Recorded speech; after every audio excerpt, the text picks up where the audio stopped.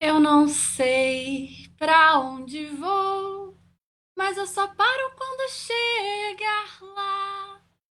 Eu não sei pra onde vou, mas eu só paro quando chegar lá. A estrada é espinhosa, difícil de atravessar.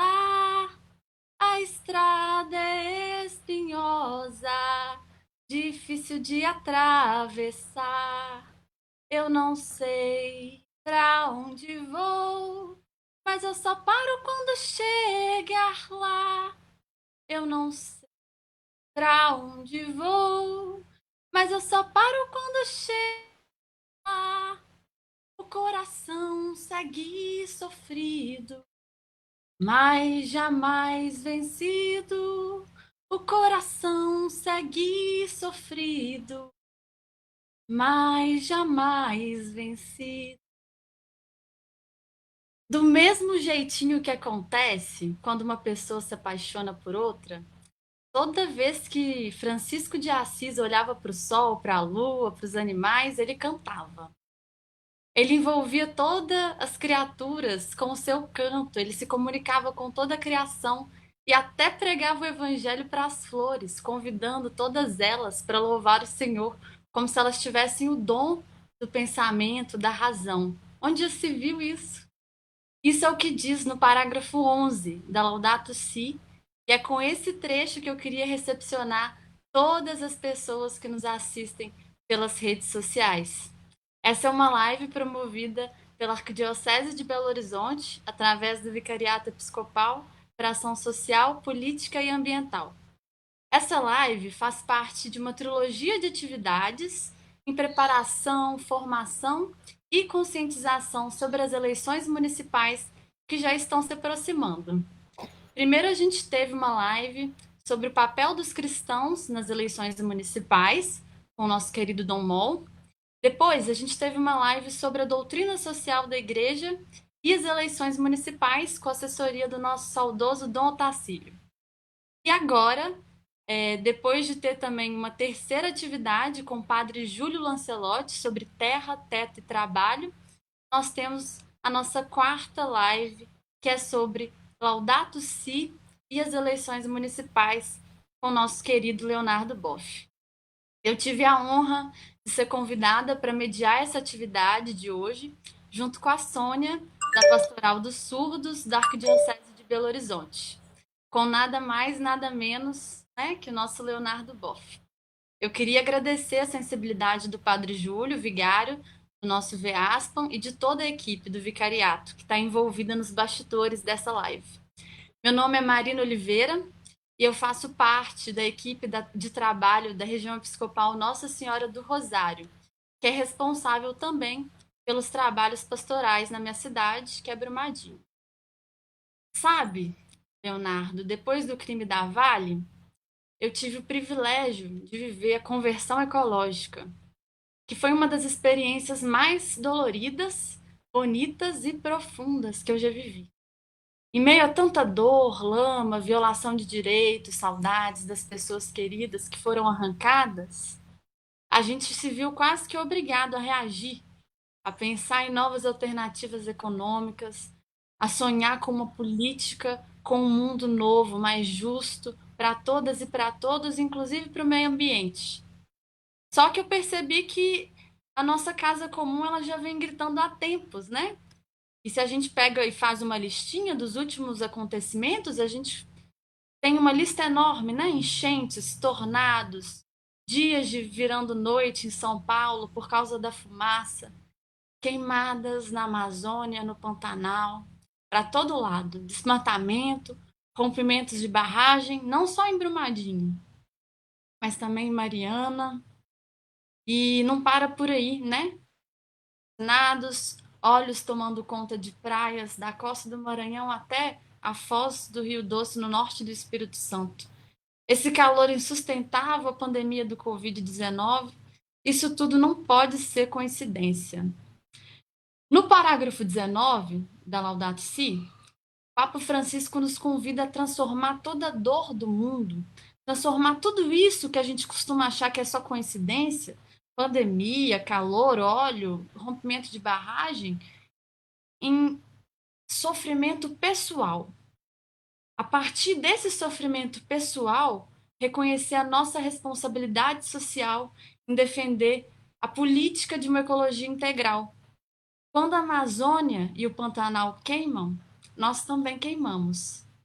Leonardo Boff, que contribuiu muito com o Papa Francisco na escrita da Laudato Si, vai nos ajudar hoje a refletir um pouco sobre o nosso papel enquanto cidadão, a nossa responsabilidade social em pensar a política e as eleições municipais que se aproximam, a partir de um compromisso profundo com uma ecologia integral que respeite e valorize todas as formas de vida. Leonardo, por favor, seja muito bem-vindo e comece a falar logo, antes que todo mundo comece a brigar comigo, porque eu estou tomando todo o tempo da sua fala. Olha, muito boa tarde a todos e a todas. Quero saudar você, Marina, que nós trabalhamos juntos lá em Brumadinho, e vi toda a sua garra, toda a sua espiritualidade, seu amor aos pobres. Quero saudar também a todos que estão engajados no Vicariato para a Ação Social, Política Ambiental da Arquidiocese, a Sônia, que está mediando aí outra linguagem.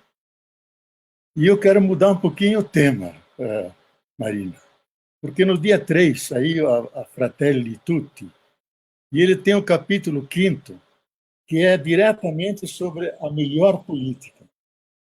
E ele completa o Laudato Si, que você já citou, ele leva avante isso, e ele se autocita mesmo, mas eu vou me concentrar um pouco, porque é tão importante essa encíclica, porque ela representa. Aliás, antes de continuar, quero saudar Dom Vicente Ferreira. Está sempre engajado e lutando aí. Então, essa encíclica, quem quiser ler um trabalho mais longo, está no meu site, leonardoboff.org. Ela apresenta uma alternativa, é muito corajosa, uma alternativa à nossa cultura, que já está em decadência, e a coronavírus mostrou isso, que o sistema como está não funciona mais. E ele apresenta, em vez de o ser humano ser o senhor em cima da natureza, e aí dominando e criando mil problemas sociais e ecológicos, ele pega a alternativa, que é ser irmão de todas as coisas. Aí lembra São Francisco. E ele propõe como uma nova civilização que poderá salvar a continuidade da nossa cultura, da nossa civilização, uma fraternidade universal e um amor social. Uma civilização nova se constrói essas duas pilastras. E ele vai detalhando isso. Então, o que o Papa propõe, ele diz: eu proponho isso para refletirmos, porque ou nos salvamos todos, ou ninguém se salva. Então, nós temos que mudar. E mudar nesse sentido. Não com o punho cerrado como quem domina, mas com a mão estendida para a carícia essencial. As mãos entrelaçadas como irmãos que se autoajudam. E aí ele tem um capítulo 5º, que é inteiro sobre o título A Melhor Política. Qual é a melhor política? Ele logo responde: é aquela que se põe a serviço do bem comum. E desde os últimos, os mais frágeis, nos mobilizam para juntos criarmos o bem para todo mundo. Não só aqueles que têm dinheiro, que têm meios, mas todo mundo deve colaborar. Então, eu acho que a gente tem que fazer antes de começar a falar sobre a encíclica Fratelli Tutti, todos irmãos, que é o título de uma carta que o São Francisco escreveu aos governantes dos povos. Ele começa com aí, todos irmãos, irmãos todos. Então, mesmo que sejam poderosos, mas ele chama de irmão. Eu acho que esses que vão se candidatar têm uma responsabilidade grande agora, nessas eleições, porque nós estamos dentro da pandemia, Há muito sofrimento no mundo, especialmente no Brasil. A política foi difamada e muita gente não confia mais. Nós temos que resgatar a política. O Papa tem toda uma parte sobre o resgate da política, sem a qual nós não criamos coesão entre nós e viramos selvagens, porque o ser humano é um ser político, isso é que se relaciona, organiza a produção, a distribuição dos bens, o poder entre nós. Política é isso. Então, há uma política em P maiúsculo, que é a política social. Aí envolve todo mundo, a igreja, os padres, os leigos, os cidadãos, que é a coisa que nós precisamos discutir a saúde do município, discutir as escolas, o transporte, saneamento básico, tudo isso tem a ver com a política. Mas a política em grande, política em P maiúsculo. Tem a política em P minúsculo, que é a política partidária. Como o nome diz, partidária é parte. E aí não pega o todo. Então, tem muitos partidos, cada um com o seu projeto, com a sua visão das coisas, seus programas de governo na prefeitura. Cada vereador imagina que trabalho vai fazer lá, que proposta vai fazer. Então, aí há uma. E essa política é uma disputa para chegar no poder. E a partir do poder, seja municipal, seja da Câmara, dos vereadores, poder organizar a cidade. Então, aí, os políticos, eles têm que vão governar, que junto com o prefeito vão governar a cidade, tem uma responsabilidade grande. E nós, eleitores, precisamos de escolher bem, para que eles representem, de fato, não os interesses econômicos de quem por trás ajuda, mas os interesses reais da população. Então, quando vocês discutirem, falarem com esses políticos, candidatos, primeira pergunta, qual é o projeto teu? Qual é o projeto? O povo entra nesse projeto?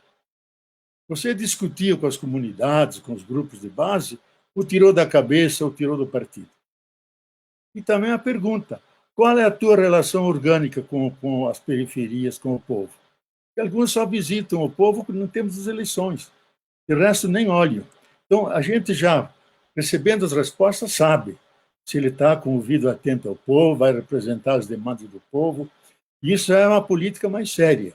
E vocês, eleitores conscientes, que não vão simplesmente pela amizade, por isso, por aquilo, mas dizer, eu quero um representante que vai ajudar o município a melhorar a vida de todo mundo, começando com aqueles que são mais invisíveis, que estão mais na periferia, que mais sofrem, porque no centro da cidade as pessoas já se organizaram, têm suas casas, seus negócios, tudo bem, é importante isso, mas muita gente fica nas periferias, fica para trás, e um político sério que busca, porque a definição de política é isso, a busca comum do bem comum, a busca comum, todos juntos, do bem comum para todo mundo, não só para aqueles que têm dinheiro, que estão bem.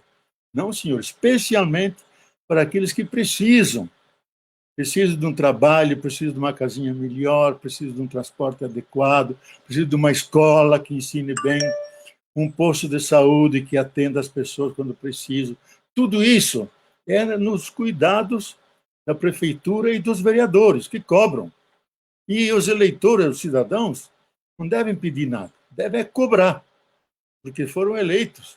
Então, é cobrar deles a função de representar o povo nas suas necessidades, nos seus projetos. E o melhor que tudo, isso eu falo para aqueles que vão ser eleitos, que não deixem de incluir as comunidades, os grupos, o povo, na discussão de um projeto com vocês. Deixe madurar lá embaixo, escute colaborações, porque isso enriquece. E você, porque o essencial da política é poder escutar as pessoas. Por isso Deus nos deu uma boca só e dois ouvidos, para escutar mais do que falar. E isso é importante. E os vereadores manteram uma circulação permanente com os movimentos, com a base do povo. Mas não só de fora, visitando, conhecendo, entrando nas casas, tomando um cafezinho, cumprimentando as pessoas. A política é esse contato. Sem isso, a política fica burocrática, fica fria. Não é aquilo que o Papa vai dizer. A política feita com ternura e feita com gentileza. Eu logo vou falar sobre isso. Então, e a fé cristã é como uma bicicleta, sabe? Como é que entra a fé nisso tudo? A fé cobre tudo, porque a fé liga todas as coisas a Deus. E Deus é como uma espécie de arco-íris que cobre todos nós. Então, a fé é a presença do reino de Deus aqui embaixo, e a política também é uma parte da vida humana, onde tem a presença e a ausência de Deus. Se a gente pergunta aos profetas qual é o bom governante, Isaías e outros vão dizer: o governante bom e que tem a bênção de Deus é aquele que cuida dos pobres, que olha para os órfãos e olha para as viúvas. Uma palavra, aqueles que são desamparados. Um governo que cuida deles tem as bênçãos de Deus. Um governo que não olha para eles não tem as bênçãos de Deus, não. Então, a fé cristã é como uma bicicleta, sabe? Ela tem a roda da frente e a religião, os sacramentos, a missa e tudo aquilo que são as devoções, as procissões, as festas. É importante. E a religião é aberta a todo mundo. Mas tem uma outra roda, a roda de trás, que é a roda da ética.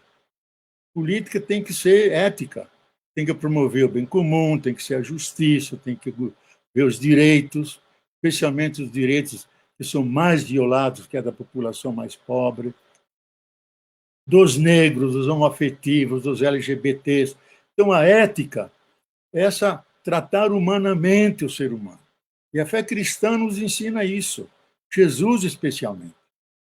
A herança de Jesus, o Papa repetiu isso e eu gosto dessa frase.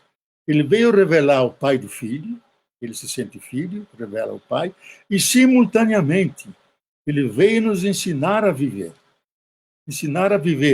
os bens que constituem o reino de Deus, os bens do amor, da solidariedade, da compaixão, da colaboração, da veneração, do respeito. Esses são os valores básicos. Jesus veio nos ensinar isso. Ele quis criar um homem novo, uma mulher nova. Não quis fundar uma nova religião. Havia muitas na época. Ele veio fazer mais importante ainda. Veio regenerar o ser humano para que seja mais humano. Nós temos que resgatar a humanidade, porque vivemos num mundo cruel e sem piedade. Veja quantos milhões de pobres no Brasil. 54% são negros e mulatos, mais da metade da nossa população, e são discriminados e apanham na rua, como a televisão de vez em quando mostra. Eles que quase construíram tudo que tem nesse país, as nossas belas igrejas, os palácios, eles que construíram como escravos, e são acusados de preguiçosos, vagabundos, é injusto. Fizemos a abolição da escravatura, não demos um terreninho, uma enxada, nada, jogamos eles por aí para criar as favelas. Então, é uma dívida que nós não pagamos. Então, a consciência cristã ética, as duas rodas, vamos fazer a vontade, louvar a Deus, mas louvamos a Deus fazendo. Como diz Jesus, não é basta dizer Senhor, Senhor, é cumprir a vontade dele, fazer as modificações. Então, não basta as prédicas, melhor as práticas, porque as práticas que nos salvam, práticas do amor, da solidariedade, da compaixão, do olhar especial para os pobres e mais frágeis que são. As mulheres estão dessa cultura nossa machista.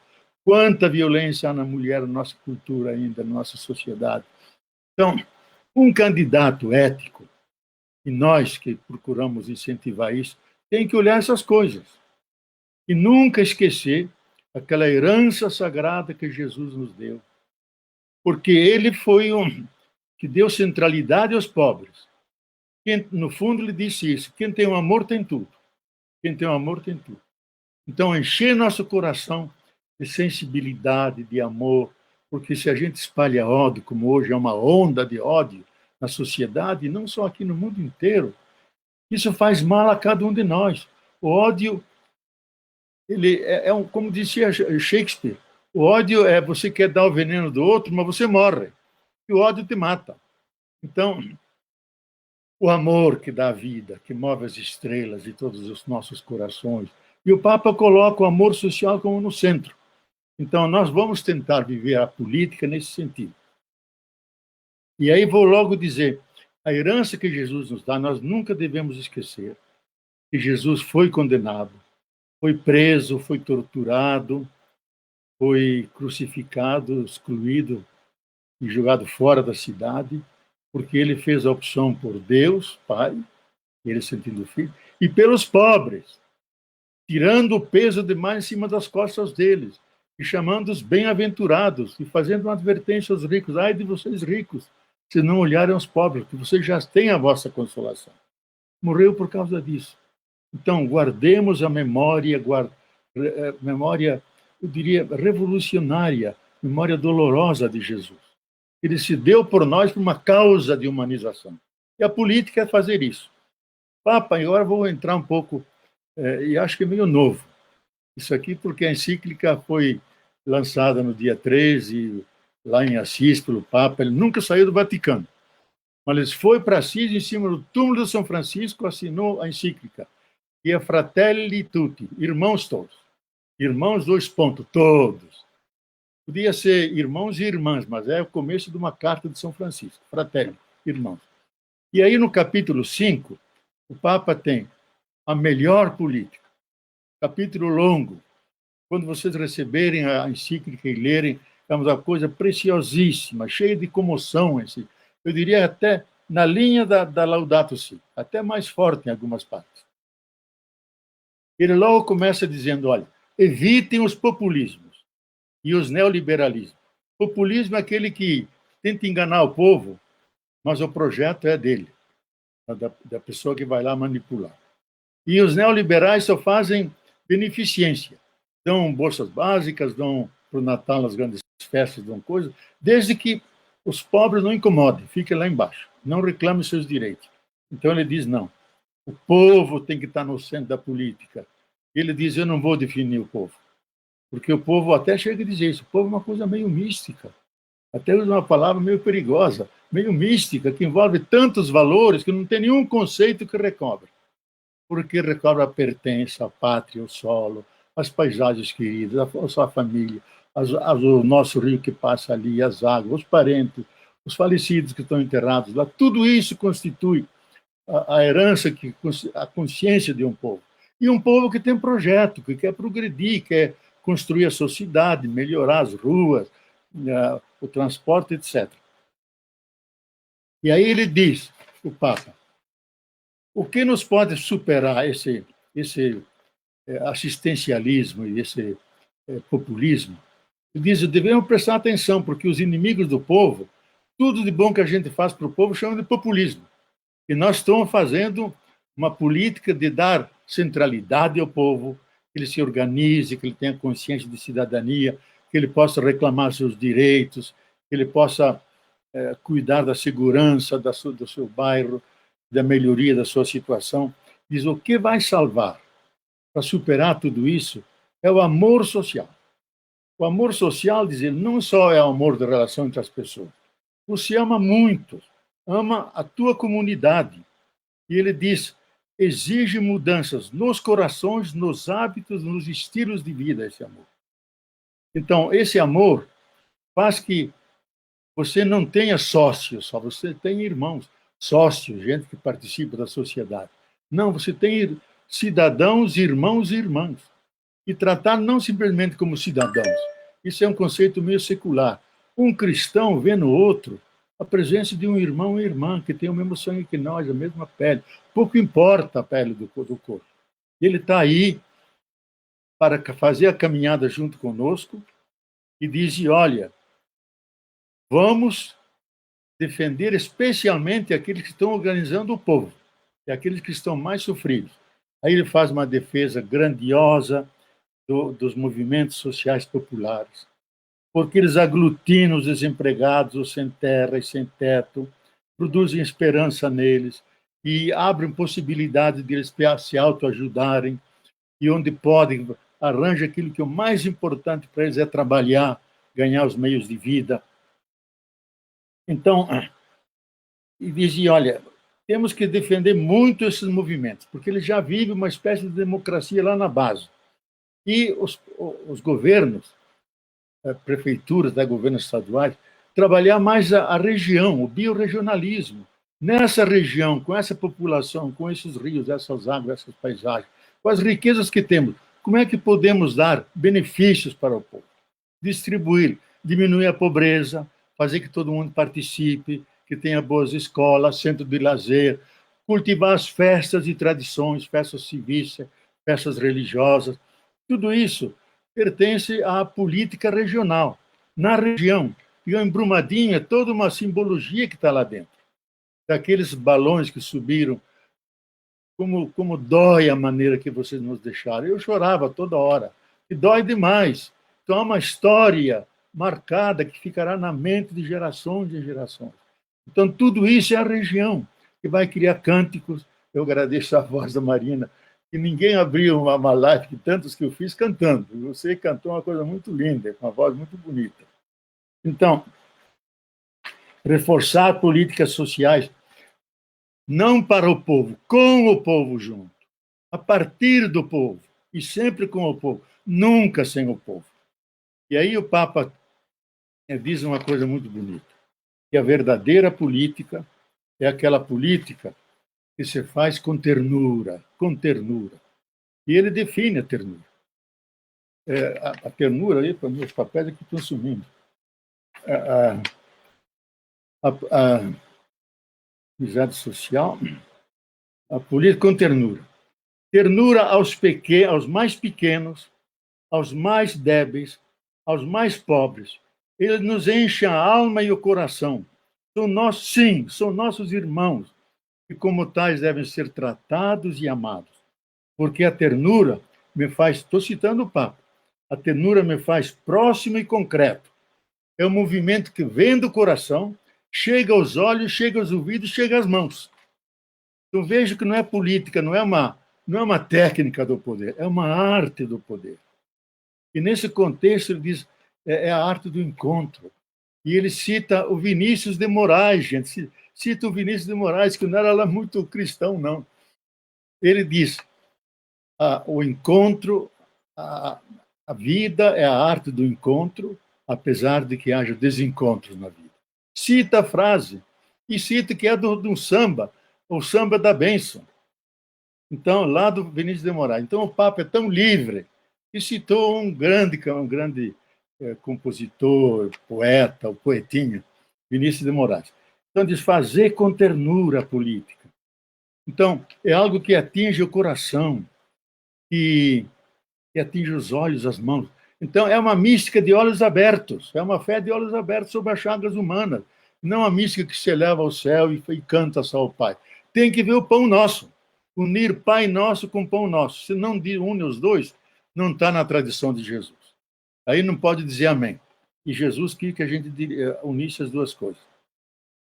Daí ele diz, junto com esse encontro, dialogar sempre com o povo, escutar o povo. Ele tem sabedoria, muita sabedoria. Aí eu lembro que Paulo Freire sempre dizia, o povo não é ignorante. Ignorante é aquele que pensa e diz que o povo é ignorante. O povo sabe muito. Então a gente tem que somar os saberes. E diz ainda, uma política que tem que ser feita com amabilidade, com gentileza. Com gentileza. E aí ele define isso. É um estado de ânimo que não é áspero, nem rude, nem tosco, nem duro, mas é afável, suave, que nos sustenta e conforta e dá esperança. Ajuda a fazer que a vida seja mais suportável. Então, o político e os vereadores e nós devemos guardar essa relação de suavidade, de gentileza. Isso me faz lembrar o profeta Gentileza no Rio, que andava com a bandeirinha dele pela cidade toda, dizendo, gentileza gera gentileza, porque Deus é gentileza. Ele gerou filho em gentileza. Então, essa gentileza nós devemos cultivar como uma forma de política, que não é uma técnica dura de disputa de poder. É sempre com suavidade, com diálogo, tendo em mente sempre o bem do povo. E fazer que todo mundo cresça junto. Sim, e aí ele termina dizendo, oxalá a gente não pense mais neles, os pobres, nos outros, mas pensemos sempre no nós, porque há o risco de uma bifurcação na humanidade, entre aqueles que têm tudo e consideram os outros nem mais como seres humanos. O Papa põe esse risco, de gente que exclui. Por isso ele diz fraternidade universal, envolve todo mundo, que sim, somos irmãos e irmãs. E aí ele diz, e termina, eu estou chegando no fim do meu curso, ser irmãos de todos. E sendo irmãos de todos, só podemos se nos identificarmos com os últimos da sociedade. Se não incluirmos os últimos, não somos fraternos suficientemente. Então, a fraternidade é universal, o amor é social, e sobre isso dá para criar uma civilização do amor, pelo menos naquele sonho de Paulo Freire, criar uma sociedade onde não seja tão difícil o amor. Nós dizemos não, o amor tem que ser uma coisa que alarga nosso coração, abraça todo mundo, envolve todo mundo como irmãos e irmãs, a natureza junto, porque temos um só destino, essa casa comum que Deus nos criou, é para a gente viver feliz, alegre e fazer a alegre celebração da vida. Bom, Marina, eu acabei minha parte, agora vamos fazer o debate. Muito obrigada, Leonardo. Muito bom falar de amor, falar de política e saber, né, que não existe política boa se essa política não está relacionada com amor. Tem chegado várias perguntas aqui e eu já vou ler 3 perguntas. De 3 em 3. Em blocos de 3 em 3. É. Então, nós temos aqui uma primeira pergunta, está perguntando assim, quais são as principais características que um prefeito ou um vereador deve ter na perspectiva tanto da Laudato Si quanto da Fratelli Tutti. Okay. Uma segunda pergunta é de que forma que a Laudato Si e a Fratelli Tutti se relacionam e se encontram para entendermos a política. E uma terceira pergunta diz assim, ó, Jesus foi crucificado, torturado, excluído e mesmo assim reagiu sempre como uma espécie de amor revolucionário. Como construir uma caminhada política nesta perspectiva, reagindo com amor social e com ternura a tanto ódio, segregação e preconceitos? Vamos lá, então. A primeira, as principais características. Eu acho que a principal característica, seja de um prefeito, mas principalmente ele, mas também os vereadores, é nunca perder a capacidade de escutar o povo. Escutar o povo não é escutar os seus amigos, aqueles que têm bons negócios, visitar as comunidades, mas não de longe, visitar as comunidades, escutar o povo. E especialmente à noite, porque durante o dia estão trabalhando. E então, marcar reunião, você aparecer lá de surpresa, reunir o pessoal, escutar o povo. Segundo, mostrar verdadeiro interesse pelo povo, pela situação deles, que é amor. Qual é a situação da periferia? Como é a situação da água? Como é que vai a escola? Como é que vai o posto de saúde? Quer dizer, aqueles bens fundamentais que nós precisamos para viver, que é como é que vai a saúde e a alimentação, como é que vão os empregos, que chance nós temos de criar empregos, como é que vai a educação, porque a educação nos permite comunicar e ter consciência da nossa realidade, do mundo que está à nossa volta. Então, escutar o povo, ter amor ao povo, e sempre, quando você tiver um projeto qualquer, o lógico, prefeito tem que executar projetos, fazer uma discussão popular, chamar, e mesmo na prefeitura, os vereadores chamar a gente do povo, das comunidades, que participem dos debates, dão seus testemunhos e tragam as suas colaborações, de tal maneira que o projeto ele fica não só do governo, fica da comunidade. Nós ajudamos a criar isso. E depois submeter-se também às críticas do povo, porque a gente aprende das críticas.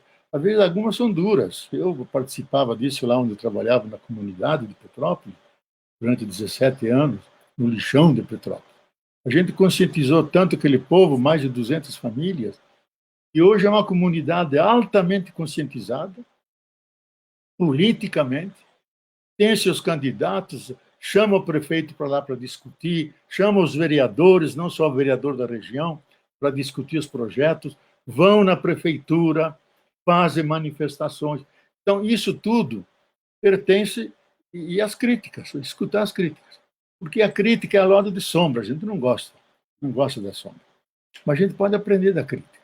Então, está aberto também a esse lado e, e com jovialidade, não com rancor, não com raiva, com jovialidade. Pertence.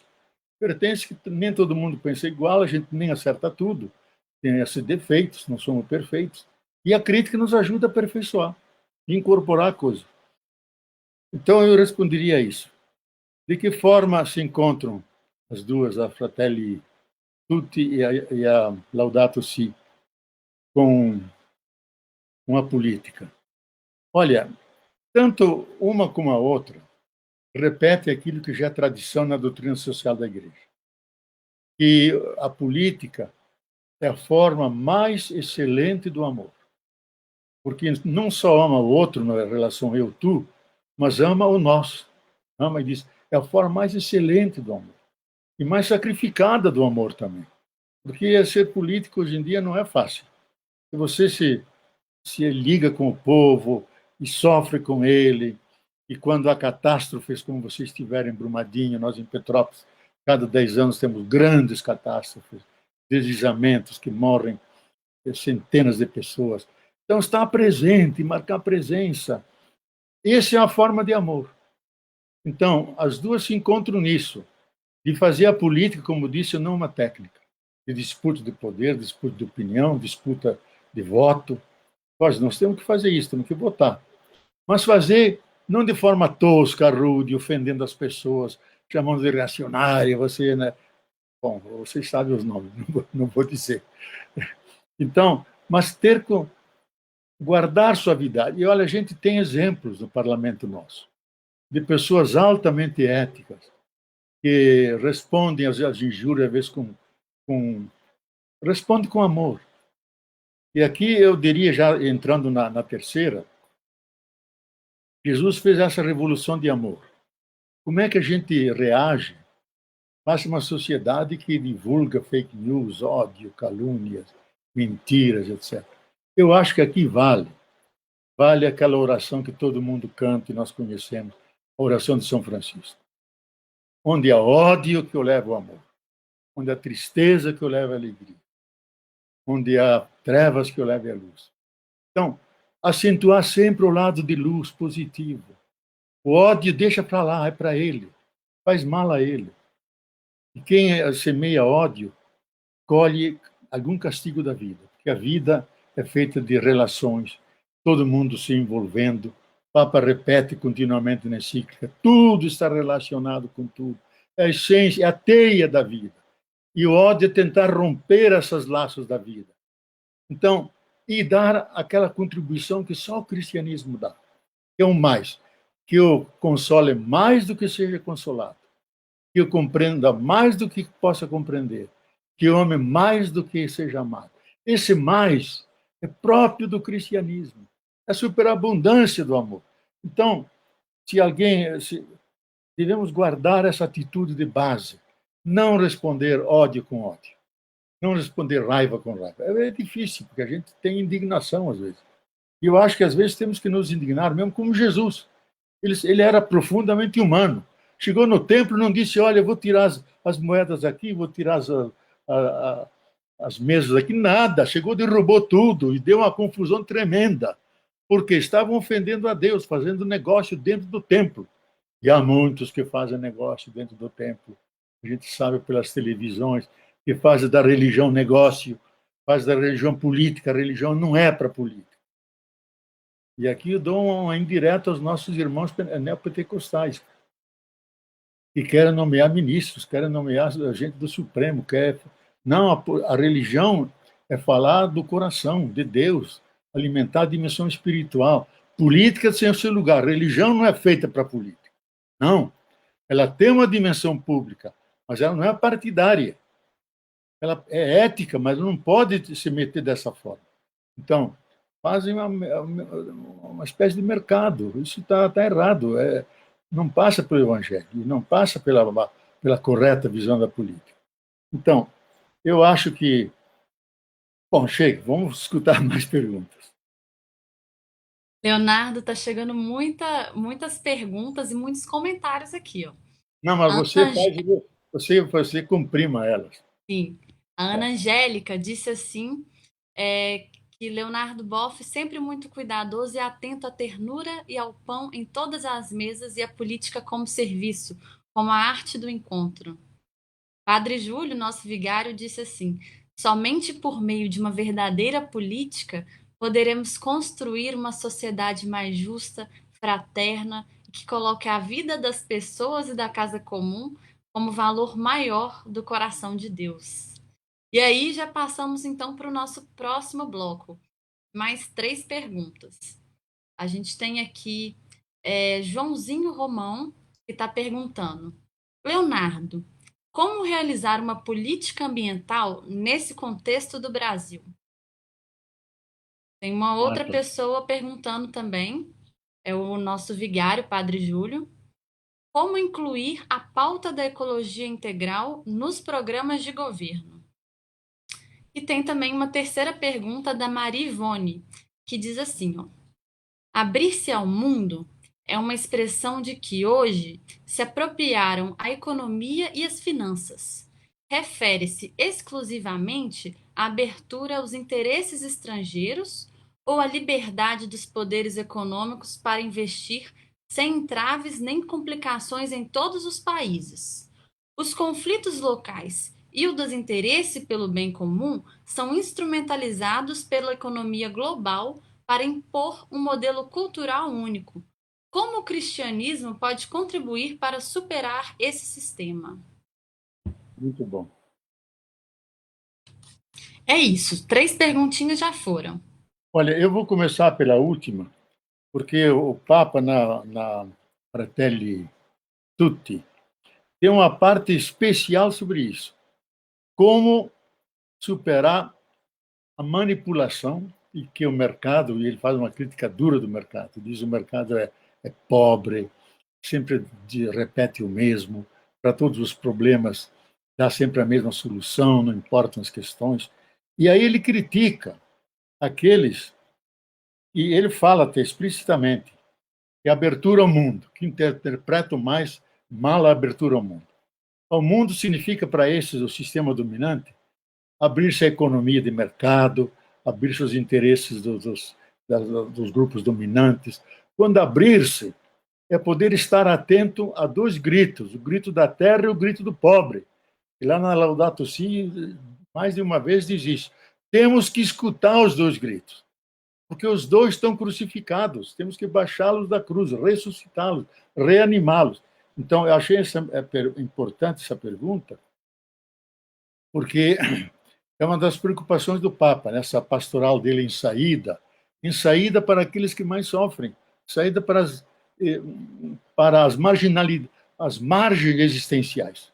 Cada um tem lá seus problemas, também está a escutar as pessoas. Há comunidades que são muito sofridas, tem discórdia entre as famílias, etc. Como ser um princípio de reconciliação? E aí é importante, se um vereador tivesse a capacidade, um prefeito, ou mesmo um cidadão consciente que participa, aí é o encontro das pessoas, para criar uma sociedade não de sócios, participe como se fosse um negócio, uma comunidade de irmãos e irmãs. O irmão se preocupa com o outro. Então, isso eu acho que exige uma mudança, como ele diz, na nossa cabeça, entender isso, que somos irmãos de verdade, e no coração. Temos que sentir isso, não basta dizer uma palavra, você é meu irmão. Tem que sentir que você é meu irmãozinho. E me preocupo com você. Então, eu acho que essa civilização que o Papa prega, ela é seminal, é uma semente. Ele tem consciência disso. Porque o problema não é o velho paradigma, esse mundo que está ali, e o novo que a gente quer criar. Como fazer a transição de um para o outro. Esse é o grande... Aliás, eu acho que o Papa podia ter até ontem eu escrevi uma cartinha para ele, que a gente tem uma certa relação, que faltou uma parte. Como fazer a transição? Como fazer a transição? Talvez seja problema nosso esse. Nós temos que ajudar a pensar isso. Então, é um problema de conscientização. A gente tem que se pôr na cabeça que o amor é o centro de tudo. Todo mundo sabe isso. É o amor que, como diz Dante, move o céu e as estrelas todas, também o nosso coração. O amor é isso, ele é cósmico, não é só. Todo mundo ama e quer ser amado, não existe ninguém. Eu fiquei uma vez triste, quase às lágrimas, quando uma menina de 30 anos veio me dizer: Frei, até hoje ninguém me amou. Me deu uma tristeza, eu abracei ela, disse: ninguém te amou, mas eu te amo. Ela começou a chorar. Que tristeza alguém dizer isso, até hoje ninguém se interessou por mim. Puxa vida, todo mundo tem sede de amor e ser amado. E isso a gente tem que pôr na cabeça. E fazer a transição, mudar os hábitos. Fazer a terapia da linguagem, não dizer muito palavrão, não ofender o outro, rodear as coisas com jeito, criar pontes. Aliás, ele tem todo um capítulo. Derrubar os muros e criar pontes, fora com as fronteiras. Fraternidade é sem fronteiras. Não tem fronteira de países, de nações, tudo sem fronteira. Uma humanidade só, uma casa só. E não criam novas paredes, e nem novos muros. E vocês vão ver no texto a beleza das conclamações dele. E chega até a exclamar como seria bom todos os seres humanos juntos, como um povo que caminha. Ele externa o sentimento dele. E a segunda, bom, aquilo que a Angélica disse, eu concordo perfeitamente, eu acho que a política tem que ser uma arte mesmo, tem que ser envolvida de enternecimento, de amor, de humanidade, eu diria. Tem que ser uma política humana. Agora, o Joãozinho, o Romão, como a política ambiental? Olha, nós estamos crescendo mais e mais, Joãozinho, na consciência disso. Eu acho que esse coronavírus nos ajudou. Porque todo mundo fala da medicina, das técnicas, da vacina, mas ninguém fala da natureza. Ninguém fala da natureza. Ele veio de lá. Nós avançamos em cima da casa deles, do hábitat do vírus. Ele não tinha onde morar e pulou em cima de nós, porque nós devastamos a natureza. Então, ela hoje, coronavírus, atingiu toda a humanidade. Não atingiu nossos cachorros, nossos gatos, nossos animais de estimação, não atingiu. Só a nós. E nós temos que aprender. E não estamos aprendendo ainda. Por isso, eu acho que esse confinamento social é para a gente pensar. É uma espécie de retiro existencial para pensar. Devemos tratar melhor a natureza, as águas, os solos, as plantas, não queimar nada, não derrubar nenhuma planta, pelo contrário, reflorestar o mais possível, não poluir a água, o solo, cuidar do lixo. Então, essa consciência está crescendo, mas não é suficiente. A queixa geral dos grandes analistas que acompanham a situação do mundo diz: é fraquíssima a consciência dos grandes chefes de Estado sobre as ameaças que pesam sobre a Terra. Aquele dos Estados Unidos, então, o Trump, não tem consciência nenhuma. Nada. Desmarcou a todos aquilo que Obama aceitou contra o aquecimento global. Ele diz: vamos usar o petróleo, o carvão, vamos usar tudo. Não existe aquecimento global. E dizia, como o nosso aqui, disse: não, a coronavírus é uma gripinha, pegou agora uma, quase morre, porque aplicaram coisas que nem foram ensaiadas ainda, e fica respirando com dificuldade. Todos os meus estou acompanhando, os médicos americanos dizem, ele tem ainda o problema, mas ele quis mostrar: eu sou invencível. Tem mais de 200 mil mortos, 217 mil mortos, e vai chegar a 300 e mais. Então, nós temos que crescer. É uma coisa de vida ou morte, Joãozinho. Ou a gente cuida da casa comum, ou não vai ter futuro. A Terra vai mandar mais lições, sinais para a gente. Pode mandar, inclusive, o maior especialista em vírus diz: cuidado, eu já preveni os chefes de Estado contra esse coronavírus. Ninguém fez nada, porque dizia: não, a gente não sabe quando vem, então não precisamos investir. Nós, sorte nossa que temos o SUS, Sistema Único de Saúde. Os americanos não têm nada disso, é tudo privatizado. Só para fazer um teste, paga 300, para ser internado e fazer o teste, $300. Os pobres não têm. São 40 milhões que vivem na pobreza como latino-americana, lá nos Estados Unidos. Eles escondem sempre isso. 40 milhões. É mais que todo o estado de Minas, é o estado de São Paulo inteiro na miséria, na pobreza. Então, ele não tem, como tantos outros não têm. A gente vai ter que aprender. Se a gente não aprende, eu acho que vamos ter consequências. Como estava dizendo, Maria, o maior especialista, David Cameron, Kahneman, é muito difícil o nome dele. Ele disse: eu preveni que vinha coronavírus, espero que a humanidade tire lições. Senão, vamos inaugurar a era dos vírus. Já vieram vários. Veio o Ebola, veio a, a chikungunya, veio a Zika, veio o SARS, vieram tantos. Agora veio um grande, que pegou toda a Terra. Virá um outro, que será muito mais letal.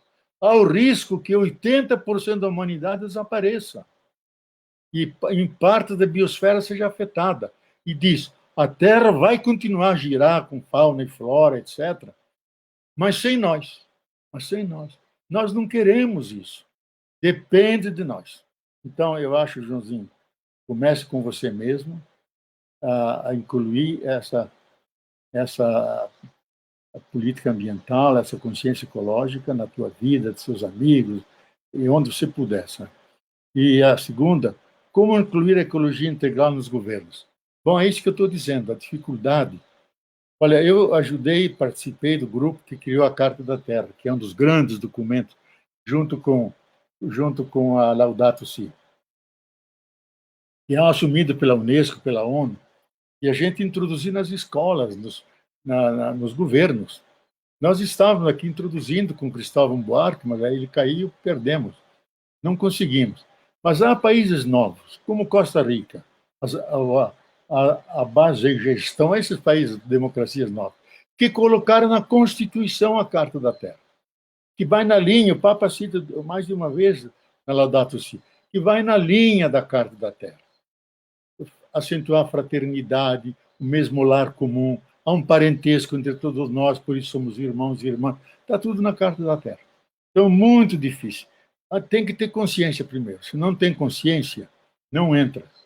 E ainda tem que ver a pressão de baixo e prestar atenção pelos sinais que a Terra dá. Por exemplo, agora são um calor extremo no Rio, nas várias cidades, que nunca houve. 44, 45 graus de Cuiabá. No Rio, 43 graus. Petrópolis, um calor que nós não estamos aguentando. E aqui é 1.000 metros de altura. Nunca tivemos um calor assim. Então, os eventos extremos. Calor de um lado, frio tremendo no outro. Vulcões, tufões.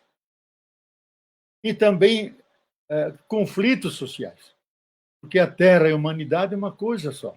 Nós somos terra. O Papa diz no número 2 da Laudato Si, nós somos terra. A terra que pensa, a terra que anda, a terra que ama. Somos terra. Então, a gente tem que incorporar tudo isso. Tem Leonardo. mais umas 2 perguntas, pelo menos. Ah, então tá bom. Bom, a gente tem 10 minutos. Eu só queria também, né, agradecer mais uma vez por você ter aceitado o convite e por você falar tão amorosamente. Quando eu vejo a Sônia falando em Libras, meu coração enche ainda mais de amor e eu queria agradecer também toda a comunidade surda que está participando conosco.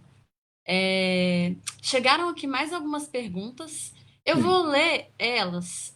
A gente E aí depois eu dou uma resposta coletiva. faz uma fala, né, mais geral, já encerrando Mas, também. A gente tem uma pergunta aqui do José Maurício, que está falando assim: Leonardo, inseridas na Laudato Si, qual é a melhor maneira das comunidades de fé participarem mais ativamente nos debates acerca do meio ambiente? A Amanda Dutra está dizendo assim: Boff, como efetivar e incentivar a Fratelli Tutti de forma que ela tenha mais alcance que a Laudato Si e que, mesmo após 5 anos, ainda não é tão conhecida por muitas comunidades? O Genilson Silva está falando assim: falas muito de uma teologia ambiental nos últimos tempos. Minha pergunta é: como podemos associar a teologia ambiental com a política? uhum. A Lídia Rosa está dizendo assim: como você vê o fato de muitos católicos candidatos engajados em partidos ultraconservadores que negam práticas defendidas pela Laudato Si? E aí, para terminar, uma última é a Ivone, que diz assim: Leonardo, como falarmos nas minorias, tendo como bandeiras de campanha eleitoral se quando falamos neste assunto, somos taxados como esquerdistas, comunistas, que estes não merecem ganhar as eleições? Então, são essas. Naturalmente, a gente não vai conseguir, né, responder todas elas, mas Leonardo prepara uma fala mais geral, já encerrando a nossa live. Tá, ó, falta poucos minutos. Eu acho que, dada a situação que a humanidade inteira está passando, e mais cresce a consciência que nós somos culpados disso, que nós agredimos, desmatamos, ocupamos 83% do planeta. Só sobraram 17% que não deu para ocupar. O Everest, a Concagua, as montanhas lá não dá. Mas nós ocupamos dominando, estragando o planeta. Então, a consciência agora está crescendo que nós precisamos cuidar dessa casa. Se a gente não cuida, a gente vai morrer junto dela. Como diz o Papa. Ou a gente se salva ou ninguém se salva. Quer dizer, não há uma arca de Noé. Agora é todo mundo. Eu acho que isso tem que entrar na política. Então, a prefeitura tem que olhar, conservar as águas, fontes de águas, não deixar desmatar nada, reflorestar o mais possível, incentivar que as pessoas nas partes desmatadas ou largadas que plantem, e incentivar as hortas comunitárias dentro dos prédios, ao lado dos prédios tem espaços, fazer horta ali, a comunidade, o próprio grupo que está ali ajuda as crianças, as pessoas, incentivar tudo que tem a ver com a vida. Onde as pessoas podem pegar saladas, o rabanete, o tomate, etc., para consumir naquele dia, não para devastar e levar para casa. Então, cuida, isso, incentivar tudo que... Eu vi isso na China. Você chega num hotel na China, em cada degrau tem uma plantação de tomate, entra dentro, em vez de flores, tem plantação de, de saladas, e ocupam todos os espaços. Devemos nós também fazer assim, incentivar a autonomia das pessoas e ser amável com a natureza, porque ela sempre responde bem. Então, dentro da política tem que entrar. E a nossa democracia tem que ser uma democracia social, sociopolítica, socioecológica. Ela tem que incorporar a ecologia como um momento importante. Ecologia como o Papa de ecologia social, ecologia ambiental, social, mental, cotidiana, espiritual, tudo tem que ser incluído. Então, a governança tem que ser também integral, pegar todas as dimensões do ser humano, da educação, da saúde e do nosso entorno, o meio ambiente, que seja bom. É um direito, até na Constituição se diz que todos nós temos um direito de ter um ambiente bom, que a gente respire, tome água boa e possa não ser contaminado. Agora, esses católicos conservadores, eu diria, eles são católicos, mas não são cristãos. E se fosse cristão, ele ia ver nos evangelhos. Eles deviam rejeitar a prática de Jesus. E Jesus, para a ideia deles, nunca teria sido crucificado e nem torturado. Ele teria entrado em conchavo com os fariseus. Olha, eu falei, vocês fariseus, mas não foi bem assim. E tal, ali, morria de velho na cama, cercado de discípulos. Então, eu diria, esses cristãos conservadores, não cristãos, católicos conservadores, eles têm que se perguntar a qualidade da fé deles. É uma fé que se liga com a justiça, com a vida. A nova civilização é centrada na vida, biocivilização. A vida a gente ama, cuida, defende. E a vida da Mãe Terra, das pessoas. Então, eu acho que pode ser católico, mas cristãos não são. E cristão sai Cristo. E Cristo diz, tem que ter amor, tem que ter lealdade, tem que ter amor à verdade, tem que ter compaixão, tem que ter amizade e criar o grande povo de Deus. E por isso, nos chamam comunistas. Engraçado, porque o comunismo já acabou. E faz a acusação que aplicava a Dom Helder. Se eu dou pão, me chamam de santo. E se explico por que o povo não tem pão, me chamam de comunistas.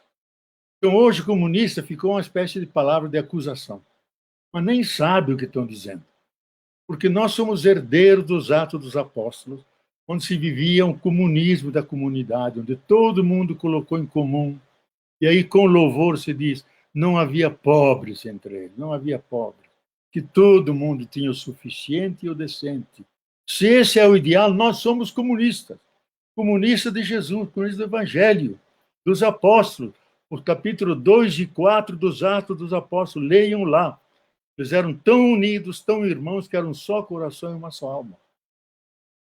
Então, a última palavra sobre a teologia ambiental, que eu diria é uma ecoteologia. E eu fui um dos primeiros a usar isso. Porque o principal da teologia da libertação é a opção pelos pobres, contra a pobreza, que é a injustiça, e a favor da justiça social e da libertação. E quem que é o mais pobre de todos hoje? É a terra. A terra está sendo dizimada, sendo violada. Então, dentro da opção pelos pobres, temos que colocar a terra, a mãe terra. E daí temos que fazer uma ecoteologia da libertação, que inclui o ecológico, inclui as águas, os ares, a fraternidade de todas as coisas, a grande comunidade de vida. Então, ela é política, porque ela quer salvar a vida, quer salvar as condições físico-químicas que garantem a nossa existência nesse planeta. Eu vou concluindo, não respondi talvez tudo, mas oxalá vocês despertem mais e mais a consciência, guardem essa ideia da fraternidade sem fronteiras, do amor universal. O amor não pode ter limites, e fazer as coisas com ternura, com gentileza. Isso nos faz mais humanos, revela o que melhor tem dentro do nosso coração. Isso irradia, atinge os outros, e as pessoas se sentem também levadas a viver essa dimensão. Porque nós nascemos nas grandes estrelas vermelhas. Viemos das estrelas. Se viemos das estrelas é para brilhar, e não para sofrer aqui no isolamento social, mas a gente viver juntos e para brilhar e fazer alegre celebração da vida. Muito Que obrigado. alegria, Leonardo. Eu queria muito te enviar um abraço, agradecer a todo Oh, mundo que está participando, que esse amor todo chega aí através dessas telas. A gente termina essa live na certeza, né, que o amor é mais forte do que o ódio, que a luz é mais forte do que a treva, que a vida é mais forte do que a morte. E eu queria mais uma vez agradecer, né, em nome de toda a Arquidiocese de Belo Horizonte do Vicariato. E queria ler um trechinho, terminar lendo um trechinho de um livro que chama Ideias para Adiar o Fim do Mundo, de Ailton Krenak. É assim: cantar, dançar e viver a experiência mágica de suspender o céu é comum em muitas tradições. Suspender o céu é ampliar o nosso horizonte, não um horizonte prospectivo, mas um existencial. É enriquecer as nossas subjetividades, que é a matéria que este tempo que nós vivemos quer consumir. Se existe uma ânsia por consumir a natureza, existe também uma por consumir subjetividades, as nossas subjetividades. Então, vamos vivê-las com a liberdade que formos capazes de inventar, não botar ela no mercado, já que a natureza está sendo assaltada de uma maneira tão indefensável. Vamos, pelo menos, ser capazes de manter nossas subjetividades, nossas visões, nossas poéticas sobre a existência, enfim. Vamos cantar, né, Leonardo? Isso, A gente fica por aqui muito e obrigado. é isso. Muito obrigado. Tá. Tchau, gente. Tudo de bom.